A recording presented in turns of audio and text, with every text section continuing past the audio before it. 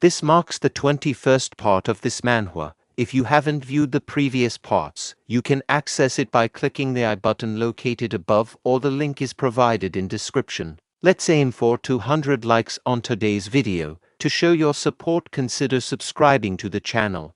Let's begin our recap video for today's manhwa. Pei Fengkong and Qin Jinyang are having a conversation. Pei Fengkong asks Qin Jinyang if his guess is correct. Qin Jinyang, somewhat hesitant, acknowledges Pei's comment and thinks to himself that the line of thought is unusual, but notes that Zhu Wenqing is not his type.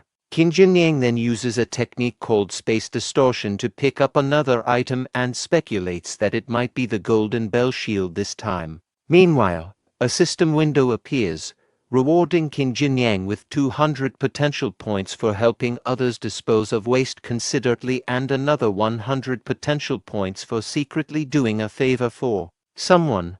Pei Fengkong observes Qin Jinyang's reaction and concludes that his guess was correct. He declares that there is nothing more to discuss and bids farewell to Jinyang, leaving with a parting remark to wait and see what happens next. Qin Jinyang calls out to Pei Fengkong, asking him to stay a little longer and expressing disappointment that he hasn't collected enough items yet. Pei Fengkong, moving back to his master's place, tells his master, Yan Jingfei, that Qin Jinyang refused him without seeing all the treasures he had to show. Yan Jingfei responds by acknowledging that this explains why Qin Jinyang kept interfering with their plans. Pei Fengkong then asks Yan Jingfei for their next course of action, mentioning that Prince Luan is approaching Yundong province. Yan Jingfei decides that they must take risks and suggests they think of a way to eliminate Qin Jinyang. Pei Fengkong informs Yan Jingfei that Qin Jinyang realized the golden bell shield had run out of spiritual qi,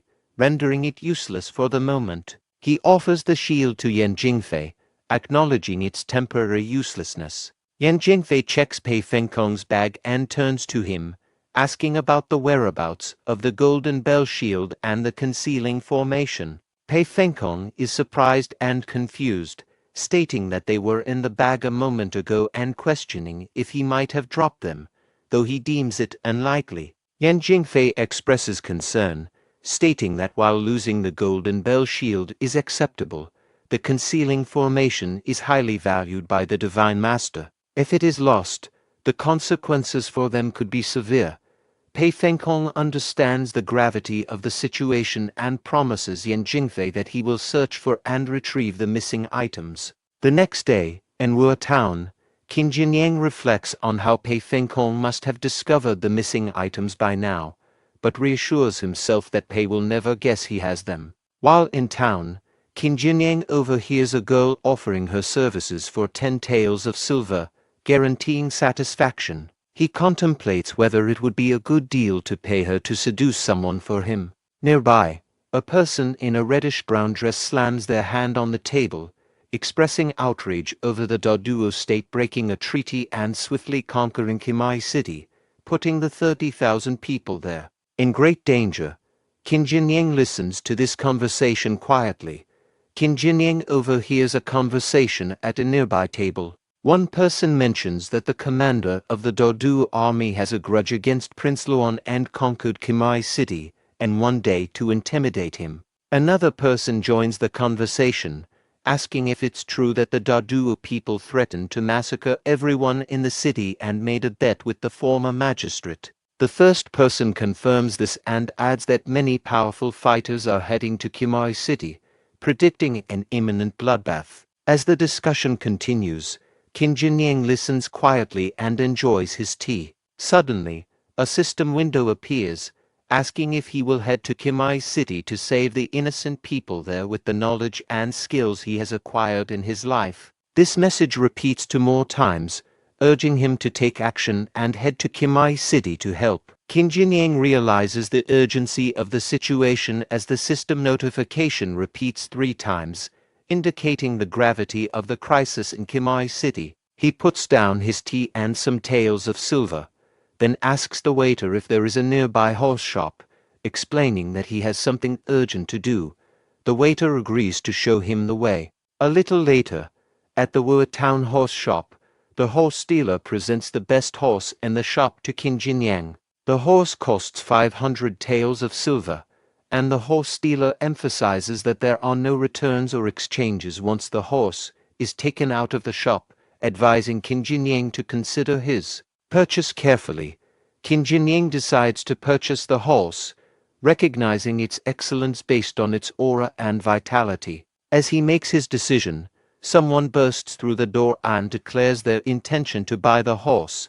The horse dealer informs this newcomer, referred to as Mr. Jin, that the horse has already been sold to Qin Jinyang.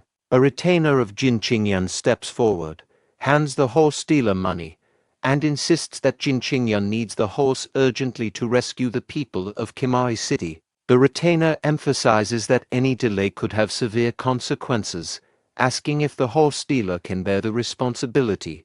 The horse dealer apologizes for the situation. Qin Jinyang observes Jin Jingyang and notes that despite being only a few years older than himself, Jin Jingyang has already reached rank 3, indicating that he is an extraordinary individual. Jin Jingyang turns to Qin Jinyang and apologizes, explaining that he has no other choice but to take the horse. To compensate, he offers Qin Jinyang a valuable item and throws it to him. Qin Jinyang catches it and, upon examining it, is shocked to find that it is just a piece of candy. Meanwhile, Jin Jingyang mounts the horse and speeds off towards Kimai City. Qin Jinyang, still holding the candy, expresses his disbelief. As Jin Jingyang leaves the town horse shop on the horse, his retainers tearfully bid him farewell, urging him to take care. The horse dealer then turns to Qin Jinyang and pleads for his understanding, explaining that the man who took the horse is Jin Jingyang, the grandson of Lord Jin, a former high-ranking government official. Lord Jin retired and returned to his hometown a few years ago, and many of his students now hold government positions, making Jin Jingyang a person they cannot afford to offend. The horse dealer points to another horse, explaining that although it does not have the same speed as the one Jin Jingyang took, its stamina is excellent. He offers it to Qin Jinyang for 300 taels of silver.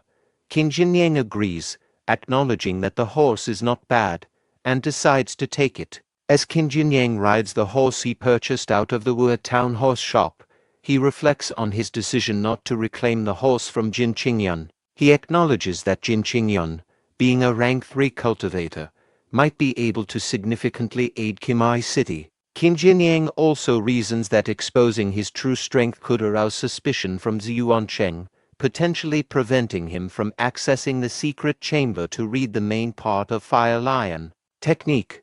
Therefore, he decides not to reveal his identity during this mission. Noticing a nearby mask shop, he thinks that one of the masks looks special. A little later, he leaves the shop wearing a mask he purchased and rides his horse at full speed towards Kimai City, now disguised. As Qin Jinyang rides towards Kimai City, a rope suddenly rises, blocking his horse's path. The culprits are bandits, with their boss declaring that they will take both his life and money. Qin Jinyang reflects on the irony, comparing it to his previous life where urgent matters always seemed to bring hassles, like hitting every red light when running late for work. One of the bandits notes that Qin Jinyang appears to be at rank 2, which excites the boss, who mentions they need such talent. Approaching Qin Jinyang, the boss tells him he's lucky because they are recruiting new members. The boss offers Qin Jinyang a deal. If he picks a village and kills a few people as a vow of loyalty, he can join them and enjoy a comfortable life. The boss drives his sword into the ground as he makes this offer. Qin Jinyang dismounts from his horse upon encountering the bandits blocking his path. As he does, a system window pops up asking if he will kill these bandits to remove the evil for the people. One of the bandits warns Qin Jinyang that their boss is a rank 3 master, suggesting he reconsider his actions. Another bandit taunts Qin Jinyang, questioning if he is seeking death by drawing his sword in front of their leader. Qin Jinyang confronts the bandits, asking if they are aware of the situation in Kimai City and accusing them of blocking the only road for robbery. The bandits' boss responds callously, admitting that the Dadu people are threatening to massacre the city's inhabitants, and blocking the road has allowed them to target wealthy travelers heading to Kimai City. Qin Jinyang, revealing his impressive martial skills and status as a disciple of the upper hall of Helan Grange, declares his readiness to confront the bandits without hesitation. A system window displays his detailed information, showcasing his formidable abilities and martial arts mastery. However, the bandit boss, taken aback by Qin Jinyang's declaration, becomes disoriented and confused. He suddenly finds himself in a dark and unsettling place, feeling nervous and uncertain about what is happening. Moments later, he perceives a terrifying monster before him, seemingly about to attack. The bandit boss closes his eyes, realizing that it is an illusion, attempting to regain his composure. Qin Jinyang swiftly uses the supernatural slash technique of the boiling demon tiger collapsing blade, which is at the supreme realm level, to cut the bandit boss in half. The boss falls to the ground, uttering something in his final moments. Witnessing this, the other gangsters are shocked and incredulous that Qin Jinyang, who is one rank lower than their leader, could defeat him with just one slash. Qin Jinyang dismisses their leader's abilities, stating that he didn't deserve his rank and that he used only 60% of his strength for the attack. At that moment, a system window pops up rewarding Qin Jinyang with 600 potential points for removing the evil for the people. As Qin Jinyang acknowledges the reward, the remaining bandits, terrified by his display of power, begin to flee, calling him a monster and urging each other to run.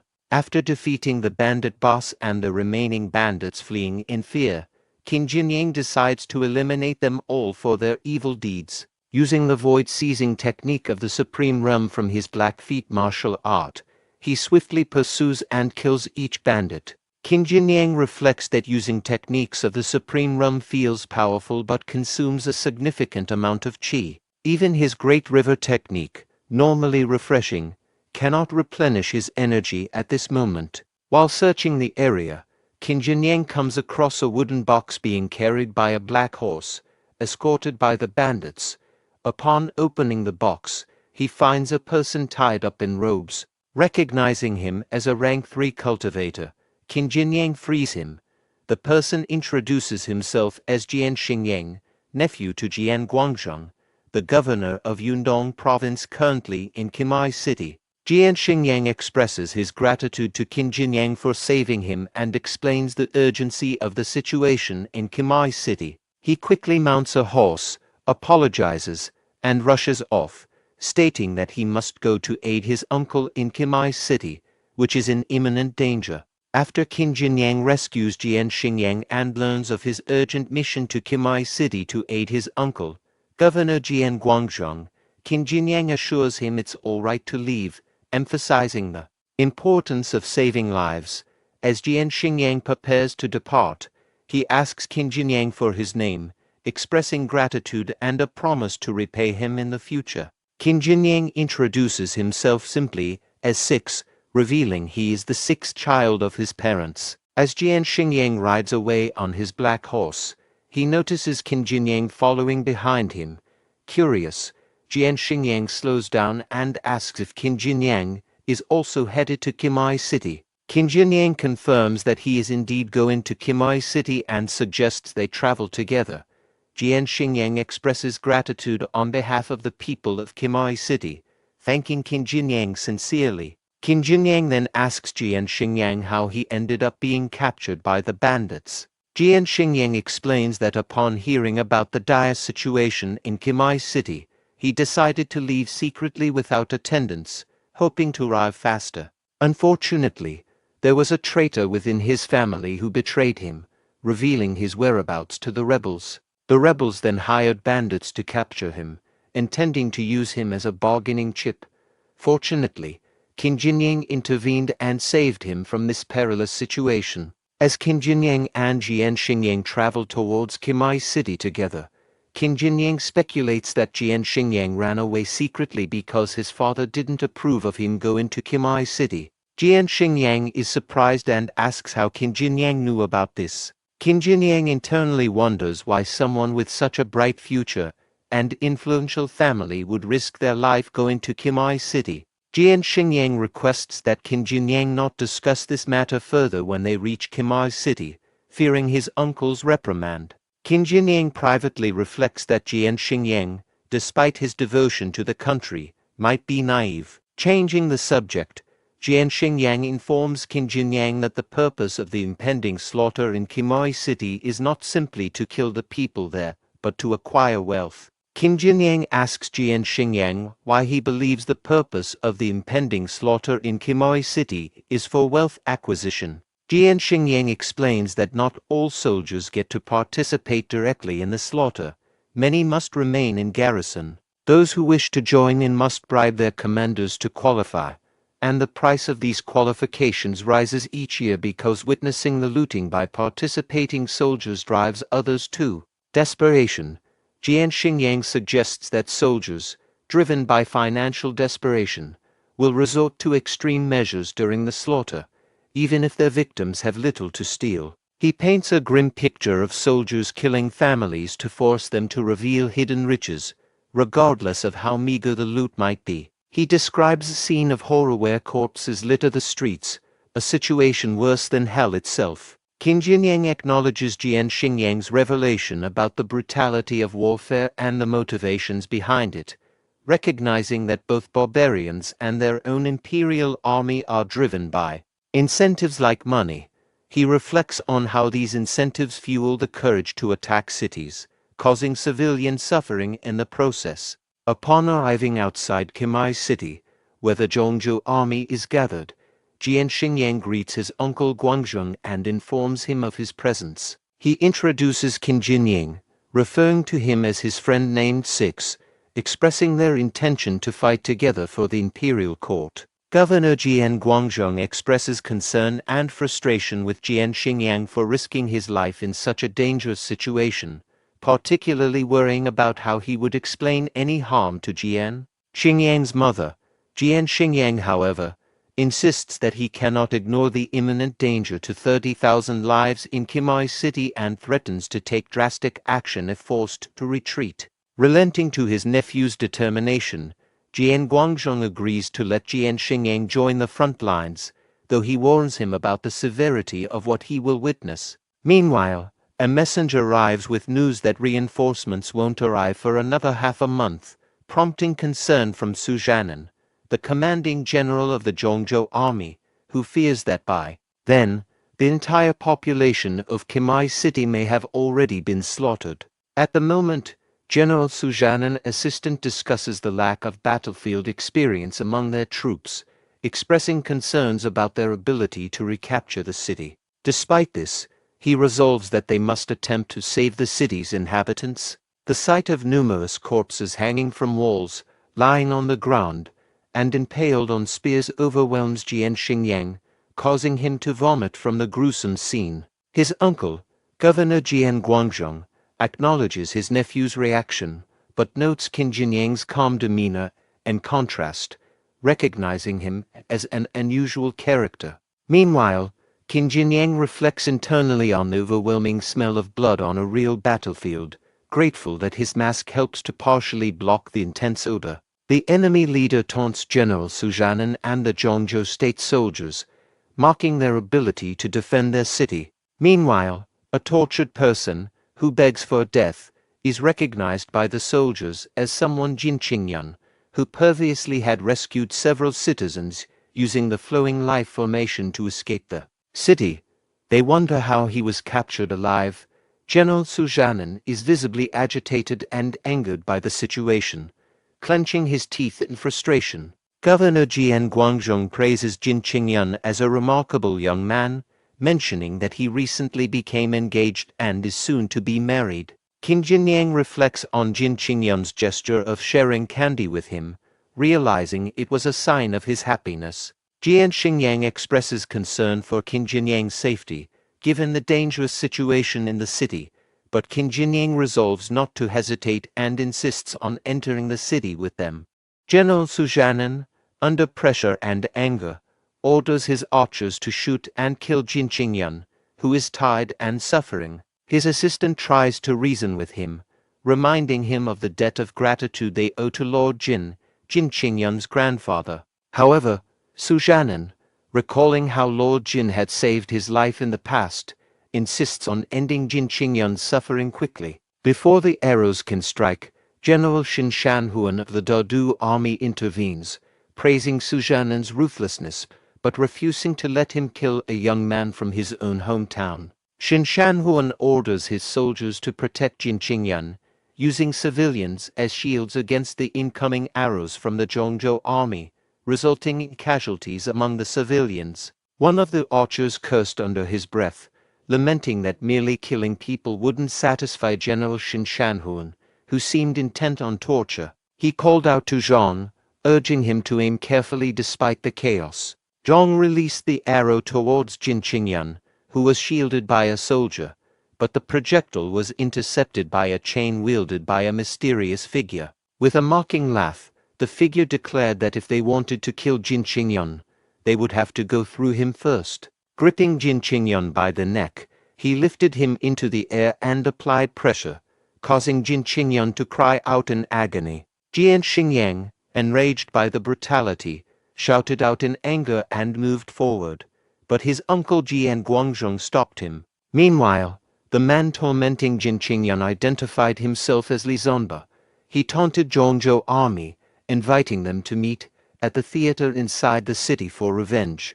Li Zonba promised safe passage within a 1,500-meter radius around the theater, under the protection of their general. If they managed to kill him, Li Zonba pledged that their general would escort them out of the city along with 100 civilians. Conversely, if they failed and died in the attempt, Li Zonba vowed to ensure their body remained intact. In the general's tent, Jian Xingyang expresses his eagerness to confront Li Zonba in the city, citing Li's arrogance as a reason to challenge him. Uncle Guangzhong advises patience, explaining the workings of the flowing life formation. This formation allows martial artists below rank 3 to enter the city randomly, avoiding ambush by the Daduo people who are currently waiting in chaos, as the slaughter hasn't yet begun. Once inside the city, the martial artist can rescue people and, if they manage to kill a few Daduo martial artists, then they will activate a mark within their body using their chi and blood. This activation enables them to return to the formation, bringing people with them. There's a public declaration by the Daduo general that saving 1,000 people from the city would halt the massacre, forming the basis of their wager with the Daduo general. Taoist in the yellow uniform interrupts the discussion to provide historical context, revealing that the bet made by the Daduo people has deep roots in a long-standing feud. He explains that during the reign of the late emperor, who was ambitious and aggressive, Prince Luan accompanied him in an attack on Daduo state. This attack ended swiftly in a complete rout of Daduo, where a general of the late emperor made a similar bet regarding the lives of people in a Daduo city. Daduo state, unable to resist, suffered heavy losses among their martial artists, and the city's population was ultimately slaughtered by the general. At that time, Xin Shanhuan, unable to intervene, could only survive barely against the Zhongzhou army. Over the years, through persistent struggle, Daduo state grew powerful while Zhongzhou state, once unrivaled, began to decline. The current preemptive attack by Daduo state is aimed at Prince Luan, who commanded during the earlier massacre. Xin Shanhuan seeks retribution, wanting Prince Luan to pay with blood for the atrocities committed in that city years ago. Qin Jinyang's comment reflects his surprise upon hearing the historical background behind Xin Shanhuan's proposed bet. Taoist explains that the flowing life formation is a tool that collects essence, and it works best with younger martial artists. He suggests that rank 2 martial artists entering the city are vulnerable, likened to helpless prey, making their efforts meaningless. Only rank 3 young men have a chance to make a difference and potentially save the city. Jian Guangzhong reflects on how a former magistrate's recruitment notice received little response, implying that few are willing to risk their lives for nothing in such a perilous city. Amidst this, Zhang Shenghu, a rank 3 martial artist, kneels before Sujanan, expressing his intention to enter the city and save its people. Su Zhanan denies Zhang Shenghu's request, citing his age and the difficulty of using the formation to transport older individuals, let alone many people in the city. However, Zhang Shenghu insists that his primary motive isn't just to save the people, but to confront the enemy's challenge boldly. He argues that the Zhongzhou army's reputation cannot be trampled upon by the enemy without consequence. Faced with Su Zhanan's refusal, Zhang Shenghu dramatically threatens to take his own life on the spot if not permitted to proceed. Upon hearing this exchange, the soldiers of the Zhongzhou army express their support and solidarity by banging their wooden weapons to the ground, chanting for a fight, demonstrating their readiness to confront the enemy despite the risks involved. Su Zhanan acknowledges the heightened morale among the soldiers due to Zhang Shenghu's resolve and grants him permission to proceed. Zhang Shenghu moves towards the flowing life formation, where he stands ready as the soldiers continue to rally with chance of fight. Meanwhile, Jin Yang remarks on Zhang Shenghu's formidable rank 3 martial arts skills compared to Li Zonba, who is less advanced in his rank 3 abilities.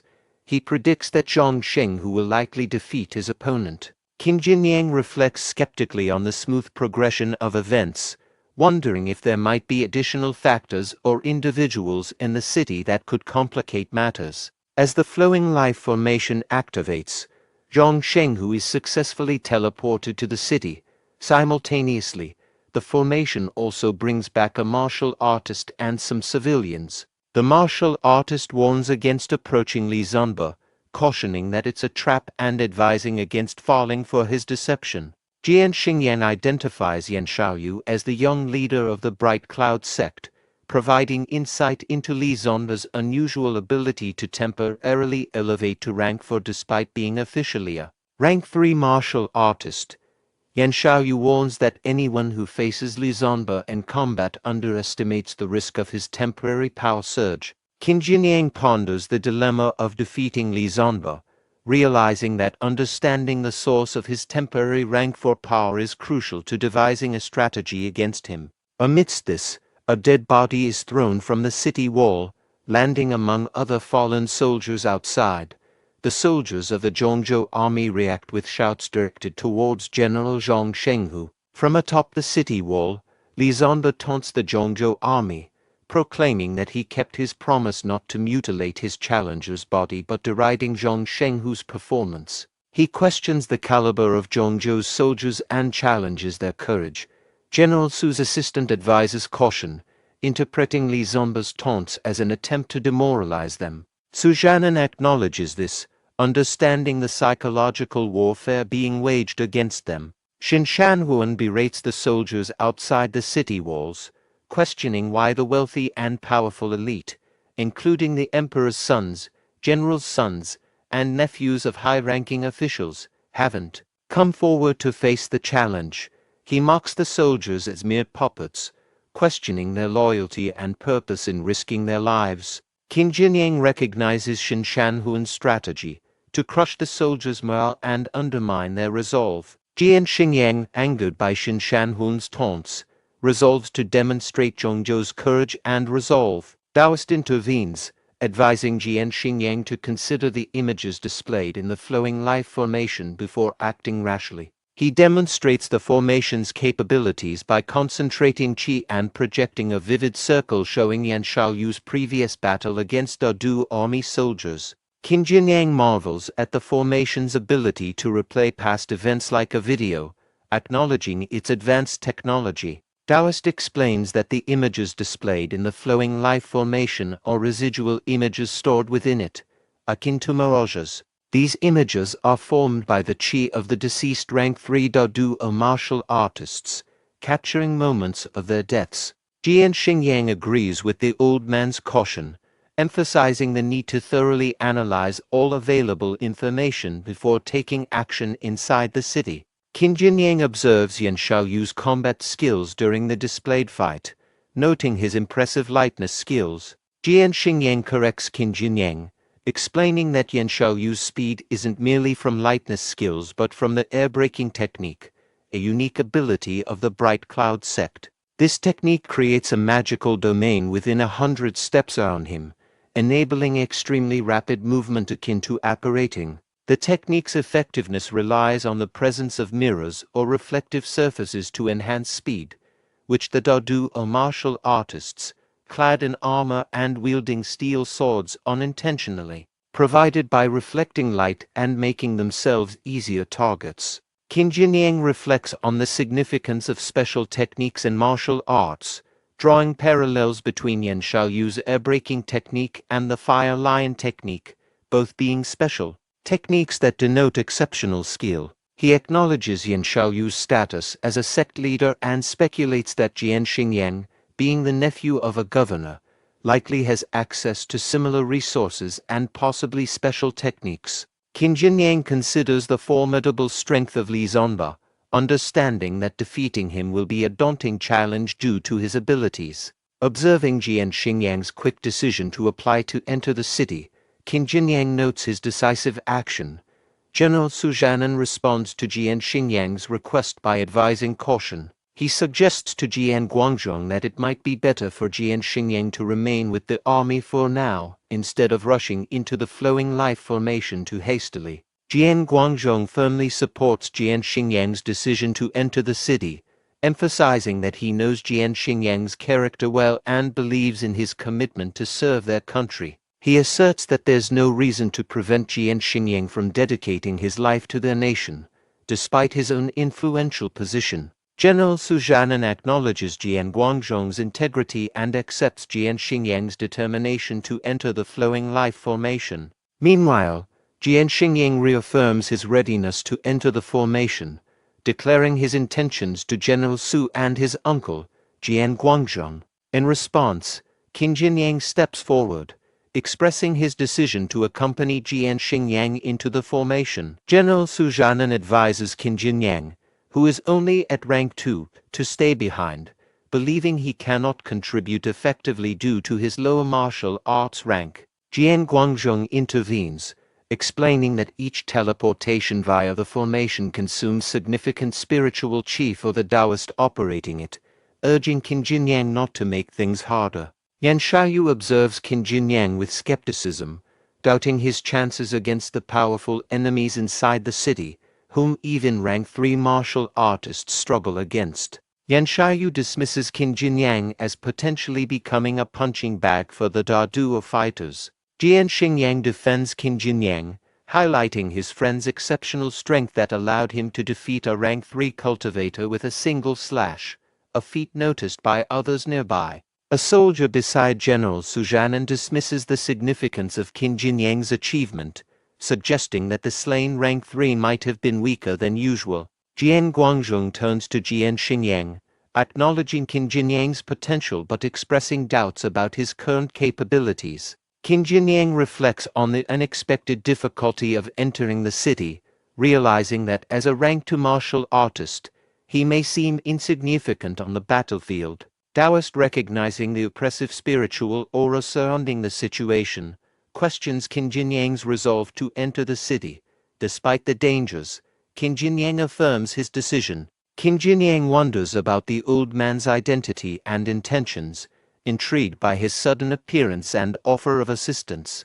A soldier attempts to intervene, but General Su Zhanan overrides him, respecting the Taoist's agreement to help Qin Jinyang enter the city. Jian Guangzhong emphasizes the danger ahead, and the possibility of not even recovering Qin Jinyang's body if he falls in battle. Qin Jinyang responds confidently, asserting that it will be the Daduo fighters who face defeat, not him. Later, the Taoist sits at the center of the formation, preparing to teleport those gathered around him. He warns them that their rival points inside the city are unpredictable, with the only certainty being the thin spiritual chi at their destinations.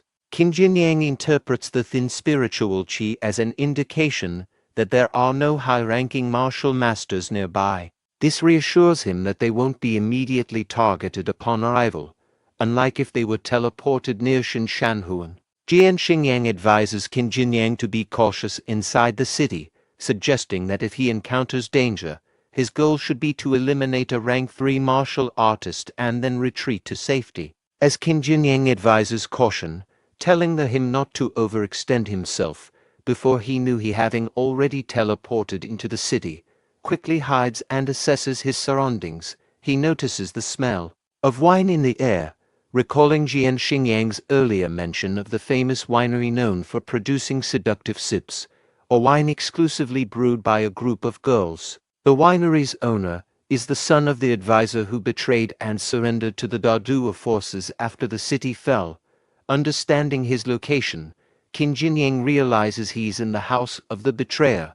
At that moment, the son of the advisor welcomes two soldiers from the Dadu army into the winery house, inviting them inside. One of the soldiers requests entertainment, specifically asking for girls to be brought to them. The other soldier acknowledges the presence of many girls in the winery and suggests taking some for themselves. The son of the advisor responds, stating that their primary duty is to continue brewing wine as ordered by General Qin, and any diversion would hinder their production. One soldier proposes taking some girls anyway for amusement, but the other soldier advises against it, emphasizing the importance of not delaying the brewing process. He suggests waiting until General Qin initiates a slaughter, implying they can then act freely. The soldier agrees, foreseeing the opportunity for enjoyment later. Suddenly, a girl attempts to kill the son of the advisor, calling him a shameless betrayer. The soldier identifies the assailant as an assassin from Zhongzhou State. Despite the son of the advisor's plea to spare her, the soldier swiftly kills her. The son of the advisor rushes to her side, lamenting her unnecessary sacrifice and remarking that he wouldn't have resisted if she had approached him differently. The soldier mocks her capabilities, noting her weakness as a ranked martial artist. Meanwhile, Qin Jinyang, who was observing nearby, regrets not intervening sooner to save her, considering her death a pity due to her perceived vulnerability. The 21st part of this manhwa concludes here. The 22nd part will be shared once there are at least 3 to 4 new chapters released. To show your support, consider subscribing to the channel. Catch you in the next episode.